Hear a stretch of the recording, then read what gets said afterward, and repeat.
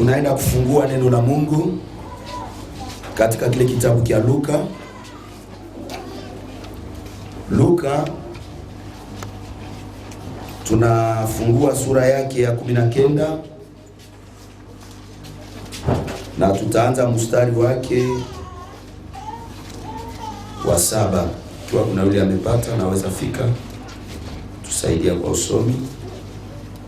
Luka sura yake ya 19 na mstari wa 7 mpaka 10. Karibu kwa usomi. Luka sura 19 mstari wa 7 mpaka 10. Tusome katika jina la Yesu Kristo. Amen. Wakati walipoona, wote walinungunika wakisema, ameingia kwa mtu mwenye dhambi. Zakayo akasimama akamwambia Bwana, tazama Bwana, nusu ya mali zangu ninawapa maskini, na kama nimetoa kitu cha mtu kwa kumsingizia uongo, ninamrudishia mara 4. Yesu akamwambia, leo wokovu umefikia nyumbani hii, kwani yeye ni mwana wa Abrahamu milele. 10. Maana mwana wa watu alikuja kutafuta na kuokoa yule aliyepotea. Ni neno la Bwana. Amen. Tunaweza keti na tushangilie neno kwa makofi na vigelegele. Baada ya hapo tutaweza kusoma pia kitabu cha Wafalme wa Pili sura yake ya 4 na tutaanza mstari wake wa 1. Tunasoma katika jina la Yesu. Basi mwanamke mmoja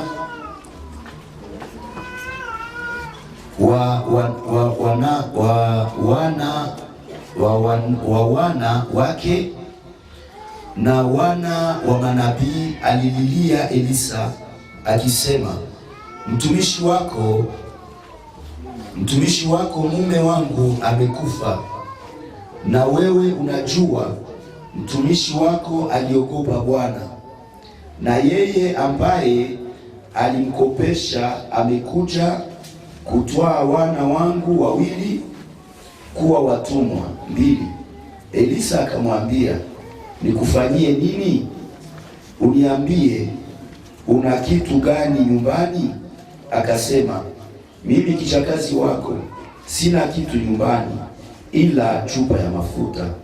Akasema, uende uombe vyombo kule nje kwa majirani zako, vyombo vitupu, wala usiombe vichache. 4. Kisha uingie ndani, ujifungie mlango wewe na wana wako, ukamimine mafuta ndani ya vyombo vile vyote, navyo vitajaa, uviweke kando. 5. Basi akamwacha akajifungia mlango yeye na wana wake. Hawa wakamletea vile vyombo na yeye akamiminia. Na ilikuwa wakati vilipokwisha kujaa vile vyombo, akamwambia mwana wake, uniletee chombo kingine. Akamwambia, hakuna chombo kingine. Mafuta yakakoma. Amen. Bwana Yesu atukuzwe sana. Tutaomba. Mungu, tunakushukuru Mungu Baba yetu kwa bahari hii yote ya neno lako ambao umetuangazia. Tunaomba Roho wako Mtakatifu aweze kuwa pamoja nasi, zaidi ya yote atulie na kunena ndani yetu yale ambayo utakayosema Bwana yapate kupata nafasi katika masikio ya msikilizaji, na hata baada ya somo au tayari kwa kuzaa matunda. Kwa damu ya Yesu tunaomba na kushukuru. Amen. Bwana Yesu apewe sifa. Somo ambao tunaipata katika maandishi matamko ambayo tumetoka kuyasoma, inahitaji tujifunze somo inayosema deni za kulipa katika maisha. Bwana Yesu asifiwe. Deni za kulipa katika, ambia jirani yako, deni za kulipa katika maisha. Amen na kanisa. Katika maisha tunayoipitia tunakuwa na deni za kulipa, na kabla hatujaingia katika kutafsiri maandiko, tutajiswali mimi na wewe, tutajiuliza deni ni nini? Haleluya. Pana tafsiri 5 ambazo tutazipambanua ili mimi na wewe tuweze kuelewa deni ni nini. Jambo la kwanza, deni ni mambo ambayo unajisikia kuyafanya lakini hauna gisi. Bwana atusaidie. Unajisikia, kuna mambo ambayo unajisikia kuyafanya, lakini wakati unataka ifanya unajikuta hauna nini? Hauna gisi. Mfano, unajisikia ujenge nyumba, lakini kwa kujenga nyumba kunahitajika upate pesa ya kununua majanja, hauna. Upate pesa ya kununua miti, hauna. Upate pesa ya kununua matete, hauna. Upate pesa za wafanyakazi, hauna. Hapo itakulazimisha kuingia katika nini? Katika deni. Na vile vitu vyote chukua pasipo kuwa na gisi ya kuvilipa na gisi ya kupana makuta kashe, ile ndio wanaita nini? Deni. Haleluya. Hiyo ni upambanuzi ya deni ya kimwili. Pia upambanuzi ya pili ni upambanuzi ya deni za kiroho. Deni tunasema tena ni kushindwa kuishi vilivyoandikwa katika Biblia. Unashindwa kuishi vilifanya nini? Vilivyoandikiwa katika Biblia. Bwana tusaidie sana. Biblia wanaandika nini?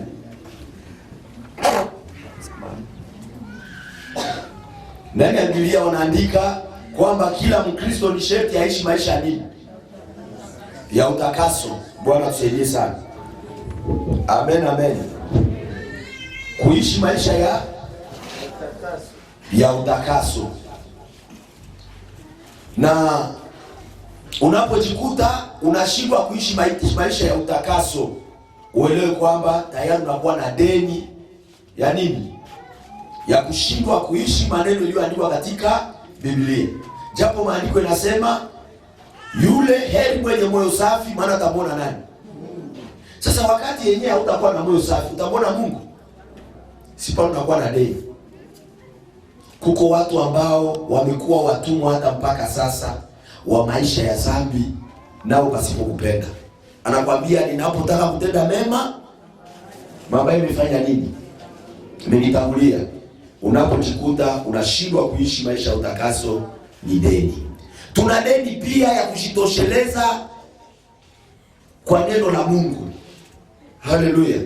Yaani kila neno la Mungu tuko na deni ya kuliishi na kulitenda. Unaposhindwa kuishi sawa sawa na kile neno la Mungu linasema, nayo ni nini? Nayo ni deni. Pale ni katika maisha nini? Ya kiimani au maisha ya kiroho. Bwana tusaidie sana. Ya tatu, deni tutapambanua deni. Tunasema kama deni ni kushindwa kurudisha wema kwa mtu aliyekutendea mema. Haleluya. Unaenda bia mtu, nisaidie nikopeshe tu mlongo watoto wakule leo, na kulipa siku gani? Ikishafika kesho hauyapata. Sasa kia kulipisha, unamwambia sina. Umemfanikisha, umemkosea. Umeshindwa kurudisha mema kwa aliyekutendea nini? Mema. Hiyo nao ni deni. Ya ngapi? Ya tatu. Pia kwa ile deni ya tatu, sio tu kushindwa kurudisha mema kwa mwenye alikutendea mema, lakini pia deni ni kushindwa kurudisha mema kwa aliyekutendea mabaya. Maana maandiko yanasema usijilipishie kisasi. Ile ndio ni deni. Maandiko yanasema mwatendeeni mema wanaowatendea wale wanaowalaani, nyinyi mwafanye nini? Mwabariki. Ukishindwa ile, umekuwa ndani ya deni ya kushindwa kulipa mema kwa mabaya. Na maandiko yanasema unapolipa mema kwa mabaya, unakuwa kama unatia makala ya moto juu ya ule mtu mwenye alifanya nini? Mwenye alikutendea mabaya. Unaweza jisikia namna gani wakati unamtendea mtu mabaya, kisha mtu anakwambia Mungu akubariki? Unajisikia kae? Haleluya kanisa. Amen. Unajisikia kae? Sikina kudumaka. Unajisikia kae, unajua wewe ndio uko makosa. Kisha mtu anakia kwambia tena nisamehe, anakutangulia kuomba msamaha. Kisha utasema uko Mkristo. Ulitenda mabaya na roho ikikwambia uende, hii ni mabaya, uombe msamaha. Sasa ule mwenyewe wewe kuna hiyo ndio umemkwaza. Kisha anakia kwambia dada unisamehe. Na mwenye haokoki anakwambia misamaha zako za kila siku na siwezi ziitika. Na huko hapa. Wakristo jambo. Wakristo jambo. Hapa hakuna watu wenye mtu anakia kuomba msamaha unataka kumsamehe. Utabakia mdeni, wanaita deni ya mawazo. Huyu mtu mwenye anashindwa kurudisha mema kwa wema, unashindwa kurudisha wema kwa mabaya, utaingia mdeni ya ingine ya ine wanaita deni ya mawazo. Hata utasema sitaki kusamehe, lakini kwenye utaenda roho wa Mungu atazidi kukupiga kwa mlango yako. Unachokitenda si sawa. Kama kweli unaokoka, hutapata salama. Pepe ya Yesu ikiwa tuko pamoja. Amen. Deni ya ine. Ile ndio ilikuwa ya ine. Deni ya tano. Ya ine. Amen. Huko ziko mbili. Kurudisha wema kwa wema, kurudisha wema kwa waliokutendea mabaya ni moja tu. Bwana tusaidie sana. Yaani tuende kudeni ya ngapi? Tuende kudeni ya ine. Deni ya ine ni deni ya kutumia vibaya vipaji Bwana alivyotupatia. Kutumia vibaya vipaji au karama Mungu aliyofanya nini? Aliyotupatia. Mungu ametupatia vipawa ndani yetu. Na vile vipawa Mungu ametupatia, anasubiri tuvitumiwe vema. Mungu amekupatia kipawa cha kuwa nabii. Muda yote yenye hautatabiri, bahitaji wanakuya, sasa nafika umesha magharibi umeshachoka. Unasema bwana, bali wanakuya, bwanangu waambie mimi nalala, wewe waambie siku. Japo kwa wapi? Japo kwa mnyumba. Bwana bashasumbua. Na hawezi kumhusisha mtu. Sikia nikwambie, ukionaka wahitaji wanakuwa wengi katika maisha yako, uelewe kwamba kuna vipawa Mungu ametia maisha yako. Ukivikataa, unaona kama kuwahudumia wale watu ni masumbufu, manake unaambia Bwana akushushe porque na wewe ukwe kwenye kusumbuana. Unaangalia mtoto wa shangana kuandikia, papa leki, bali nifuza kwa masomo na tunomba $1. Hauyamaliza soma ile mwingine, muyomba, walituambia kila mtu njoo vile afale uniforme ya $20. Hauyamaliza njoo ile, papa, mama alisema hivi na hivi. Unasema bwana mimi nafunga hii telefone, basi wacha wacha nisumbua. Sikia, ukionaka watu wanakusumbua, uko na furahi, unasema maana yake Bwana alishanikumbuka. Sababu kadiri watu watakusumbua sio wao, lakini Bwana amewaonesha kitu alichoweka ndani yako, na anaonesha kwamba wewe utakuwa msaada. Sasa ukikataa kuwa msaada, maana yake kusema unakataa baraka za Bwana. Sasa utafunga simu au wanakusumbua, pale Mungu anasema unazania kubarikiwa kwako ni akili yako. Unakuwa frappe na kitabu cha Kumbukumbu la Torati 8:17. Kile kinasema nini? Nawe usiseme moyoni mwako kwamba utajiri huu ni nguvu ya mikono yangu na akili zangu ndio zimenipa utajiri huu, lakini utamkumbuka Bwana Mungu wako anayekupatia nguvu za kupata nini?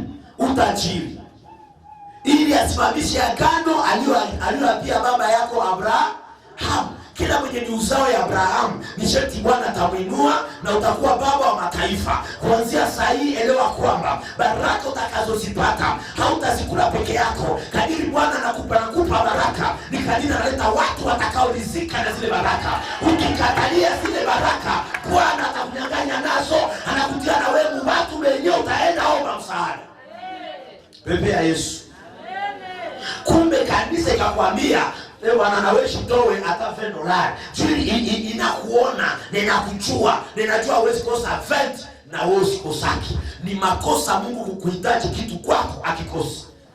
Ndio ile mti yenye Yesu alisema nipe litunda, ikamwambia sina matunda, lakini Mungu akasema vile nimekosa faida kwako, ulainiwe milele na wakukonge makuni. Mti na Yesu, nani alikuwa na sheria? Mti aliambiaka Yesu hivi, hii haiko wakati yangu ya kutoa nini? Matunda. Matunda tunazitoaka. Sasa hiyo watu kuna parodia sasa kuna humba. Hii wakati ya kwanza alima. Haleluya.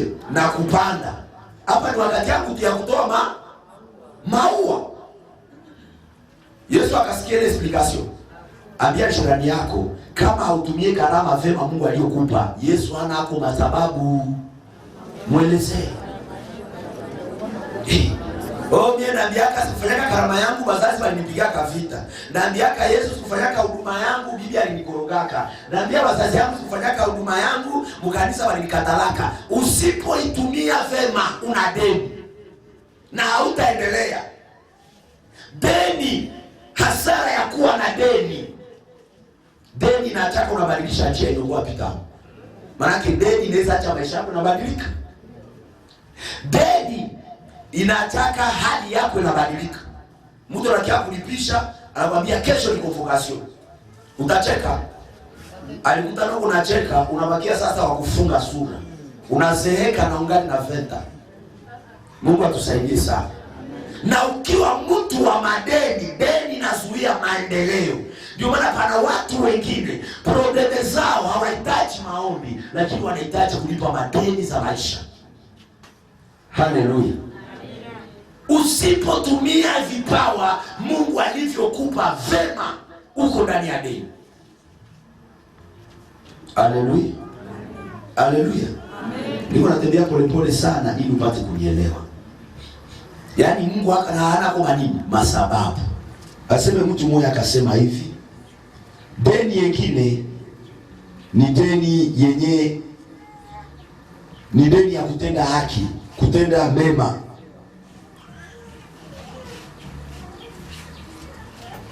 Haleluya. Deni ya kutenda. Daudi akasema yuko kijana na leo ninakuwa nani? Mzee. Sijawahi kuona mwenye haki anaachwa na nani? Na Mungu. Sasa pale kwenye tulisoma njoo kwenye mimi nataka defendre. Eske hii ni kweli ni bongo? Tushushe mikono. Sasa mimi niwaoneshe hizi ni bongo. Haleluya. Ndio tunajifunza nyuma kwenda polepole. Ni bongo jua nini? Nikupe andiko. Mnawazaa kama vya Biblia vinataka mimi nashikontredire. Mimi abishikontredire. Ukikuwa kimwili unaweza ona kama nashikontredire. Pale kwenye tulisoma kitabu cha Wafalme wa pili sura 4. Aseme mama moja anaenda kwa nabii Elisa. Anamwambia mume wangu amefanya nini? Amekufa. Tena alikuwa anaogopa nani? Lakini amekufa na ameacha. Okay, na yeye alikuwa anasema sijawahi kufanya nini? Kuona mwenye haki? Na watoto wake wanaomba. Mama aende omba sasa. Mwenye alikufa haiko mwenye haki. Basi bibi yeye pekee anamshuhudia. Na wewe pekee na anaambia Elisa, wewe pekee unajua. Ile neno unajua iko pale. Kwenye kuwa na mabiblia mpige kistari mzuri. Nabii akamwambia, "Sasa nikufanyie." Akasema nini? "Ninakuja unisaidie kwa sababu watoto wangu wanawapeleka wapi? Utumwani. Sababu ya nini? Ya deni." Ule kwa hilo kwa ule mwenye haki. Umeshamuona au umeona? Ndio nakuuliza, wewe umeona mwenye haki ameachwa haacho? Watoto wake wanaenda lomba. Bibi yake anaenda lomba na watoto wanapeleka mdini mtumwa. Ni ya kweli. Ni ya kweli maana yake huyu anaona huyu mwenye haki ameachwa. Atashibiwa hayati.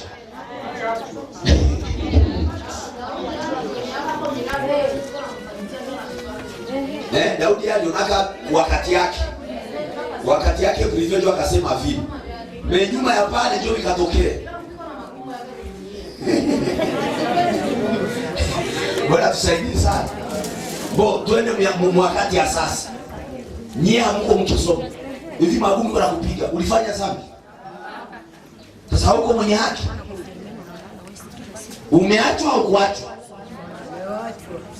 Tuongee ukweli ya kimwili hapa sasa, tunaweza kujimwili ndio maandiko. Ongea. Ndio. Kuya usemee hapa. Ndani ya mafundisho hii lazima tuelewe hiyo. Tatizo linakuyaka na Mungu eshatafuta kwenye litaponea. Mungu akaangalia huyu mwanamke naye peke matasio na mkamata, lakini mtoto wa Mungu yeye anasaidiwaka munjia yenye hawazii. Sasa Yesu kuulize kule. Ameachwa kwanza haachwe. Mama amelomba halombe. Watoto washakia wakamata hawakia wakamata. Sasa nini unakuuliza ile version ni ya kweli ni ya bongo? Hata kama Adoni anakuambia sijawahi kuona. Sasa mwenye amesikia yule mama iko naomba, ameona haone? Mimi niko nauliza, mwenye ameona yule mama anaenda omba, ameona haone? Sasa ile version ya Daudi ni ya kweli ni ya bongo?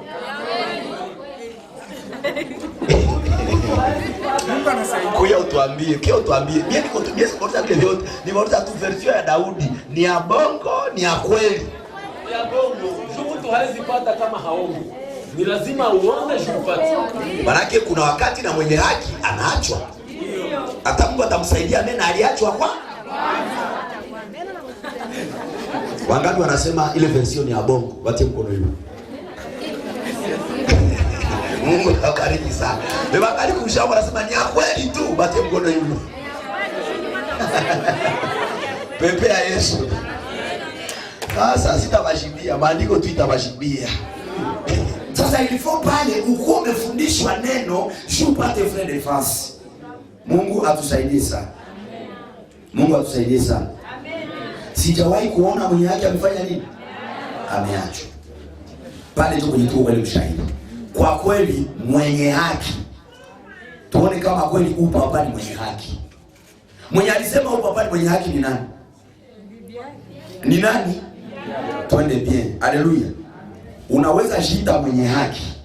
Mesa Mungu atakuvalua mzuri. Kumbe hauko mwenye haki. Mama anashuhudia kama bwana yake ni mwenye haki.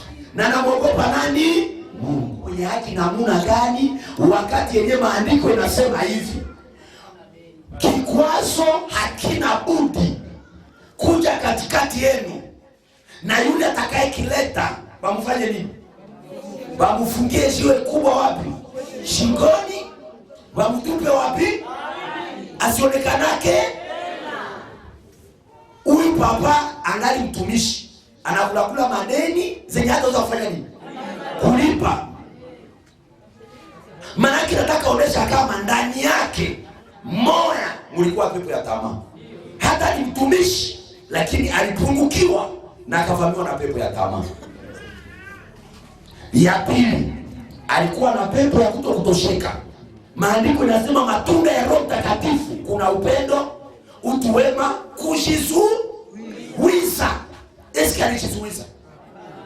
Haupataki na kapitali ya $5 unaingia mudeni ya $100. Tunafika mkanisa wanasema mpande manaziri, unasema kubade $100. Uliwazali tanguka mbinguni, litakutokea mumaji au. Ambia kukaribu yako mwambie, jua kuzijuiza. Mwambie tena jua kutosheka na maisha Mungu alikutia ndani. Haleluya. Mungu anakatala deni. Na benye watakufaka na viko na madeni, mbinguni uende ya kamba, nisho kushingo, basi kutumbukiza bahari. Jo, kuna watu wako makanisani, wanaweza omba na sisi, lakini sisi tutabarikiwa, lakini wao watabarikiwaka. Probleme ni nini? Wana deni za watu. Wamekuwa vikwazo kwa ambazo watafanya nini? Hawatazitimiza.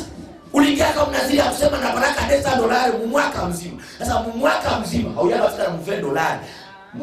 Miezi 6 au kufika na $20. Tunabakia na miezi 2. Njoo utakofirme Mungu kama utamletea zote. Haleluya kanisa. Amen. Haleluya kanisa. Amen. Haleluya kanisa. Amen. Na mwenye escroc gentil. Unasikia unakwambia ukamate zenye ulipata, uende kwa pastor mwambie Mungu alisamehe juu nilijiona sitaweza ndio nimepata hizi. Bana kudanganya. Deni, naziri ni deni. Na dawa ya kuridhisha mwenye akukopesha ni kulipa. Usimwambie nihurumie nimepata hii deni ishi. Sina shaka. Kile ambacho hauwezi kuweza kutendewa usikitendee kwa mwenzako. Na watu wengi wamelainiwa mambo ya Mungu, maisha yao kiroho imekuwa bloke, hata tutawaombea. Tatizo ni sababu wamefunzwa vibaya. Na ndipo nasema msio walimu wengi. Ambia Mungu yako, mwalimu wako ni nani? Haleluya. Resite ya mwanafunzi iko mkalite ya mwalimu alimfundisha. Bana kupakala tu mafuta. Ile deni iko kibali. Jua nini wakati unaomba msamaha unasema kwa Mungu tunakufuta kitabu cha mauti, tunamtia kitabu cha nini? Cha uzima. Kwa Mungu ni apandacho mtu ndicho atavuna. Wewe ulipanda hauyavuna, amlipotelee kule. Mbegu iko tu naendelea kuota. Bwana tusaidie. Amen. Kaini walimwambia kazambi iko mlangoni inakuchunga. Ushikaze uishinde. Akaiweza? Ikaendelea kumama. Akazania ni black. Wakampiga pigisho akasema, "Pigisho ninakupa ya uachi damu ya ndugu yako inalia machozi. Uende uhangaike usipatane na mtu kufanya nini? Wakukuua." Una deni ya kuaccomplish kumpenda mwenzako na kutimiza wema aliyokutendea. Mungu amekutendea wema, ni sababu alijua nipatia naziri utaimaliza mwaka. Shostrol, Mungu anashangala. Unakia kwa Mungu anamwambia si apata na project zako nyumbani uko naziendelea. Unafikiri ushindwa kulipa deni? Au papa mwanakufa na anaacha deni. Unafikiri usafranga kulipa deni? Kile kinatutesaka ni tamaa. Unasema unanikopesha $100 na kupa kesho. Kesho unapata ile saa na unapata bure ya desa, wanakuambia tupe tu saa. Unasema hii siwezi swata. Kamata kwanza hii saa, ule na kulipa tena siku gani? Tena kesho unamshere. Shetani akapenda kufanya kitu chake. Kesho tunamletea tena kile bure. Tena yenyewe ni event. Ni ya 4 saa. Wanakuambia tupe saa. Ule mwingine naye tena unafanya. Ulia mtengeneza pale unaingia tena mbule nyingine ya kuambia. Ya tuwasa. Mpaka mwisho na mauti ndio yake bali pam inakamata. Na bibi yako wa watu hana na shamba, hana na parcele, hana cha kugusa hako. Tunakamba watoto. Mbinguni umeenda. Haleluya. Mbinguni umeenda. Si ulipata franga ukashindwa kulipa. Juu ya nini? Tamaa. Juu ya nini? Kuto. Na kuna vitu vitatu vya haliumi yake mtu. Kama Mungu alitupatia agizo akasema, "Iweni tayari kila sana kila dakika." Maana amshiwe nitakuja kama nini? Kama mwizi. Ni sababu kuna vitu vitatu vya yake mtu. Cha kwanza kinachumia yake mtu ni kifo. Usiendake kula deni, ninakushauria leo ya franga zenye unajua venye viko nyuma yako watu za kufanya nini? Kulipa. Kifo hakiumi yake mtu. Ndio maana wakati ungali mzima ishi na watu bien. Kama unajua kuna watu bien, unakula madeni sio atalipaka. Kama hawalipe, roho yako itabakia kama mwanga. Na wewe mwenyewe unakulaka wewe peke. Nani watakulipia kwa kushakufa? Mwenye alikufa na wenzake wanampenda wanasemaka hivi. Deni haina kwa kusamehewa mbishie pale. Ndio maana nakukilia wanasemaka kama mwenye alikufa alikuwa na deni yako uonesha na mshamasi wewe mlini mako ugali ukaficha nani kibakuli huko chini ya miguu nikaangalia supu bila teremuka na umeificha ukacha pale sombe mimi naweza kulipia deni. Wende nafsi yako ipotelee itapotelea matendo yako itakusindikiza. Ndio maana sasa uko naishi na watu kwa tayarisha kwenye siku taangukaka wakulipia yake deni. Leo wana kanisa mimi nikaanguka na deni unisaidie yake unifungulie.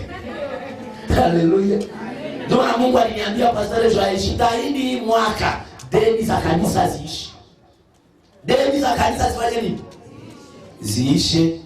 Ukianguka mimi nishengaka dafe mamungu deni ya fulani unaisahau.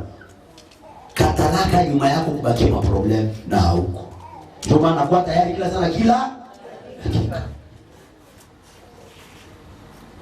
Huyu mama maandiko takatifu nasema sijawahi kuona mwenye haki ameachwa. Yaani ni kweli. Lakini tatizo tunasema maneno ya Mungu ni ya bongo, jusie ndio tunashikorogaka, mimi tunaendelea kushesabia mwenye haki. Unaona kama yule alikuwa mtumishi alishaanguka mbele yake angana na mgodero wa nani? Yesu watumishi wenye tuko hapo. Kweli tuko wenye haki. Tuanze chunguza tu. Himatendo moya kumwea Yesu akiomba ni kamera. Akuoneshe vyote vyako. Utasema uko mwenye haki mnataka hapo. Mnasikia mwenzenu mwenye na watu walishwa ni mwenye haki. Tukiingia mfumo ya kiroho haiko. Watafika mbinguni si wachache. Piga kifua sema Bwana nisamehe. Mungu atusaidie sana. Amen. Na mwana kuona katuna kia kuchisoma. Huku kisomo tunakujua kwa mwenye haki. Memkartie, mwenye ushalimia. Wewe unaweza sahau deni. Mwenye deni asawaki. Sasa kuna kia kuchisoma anafika hapo na ipa anasema lakini watenda mbinguni wachache. Huyu naye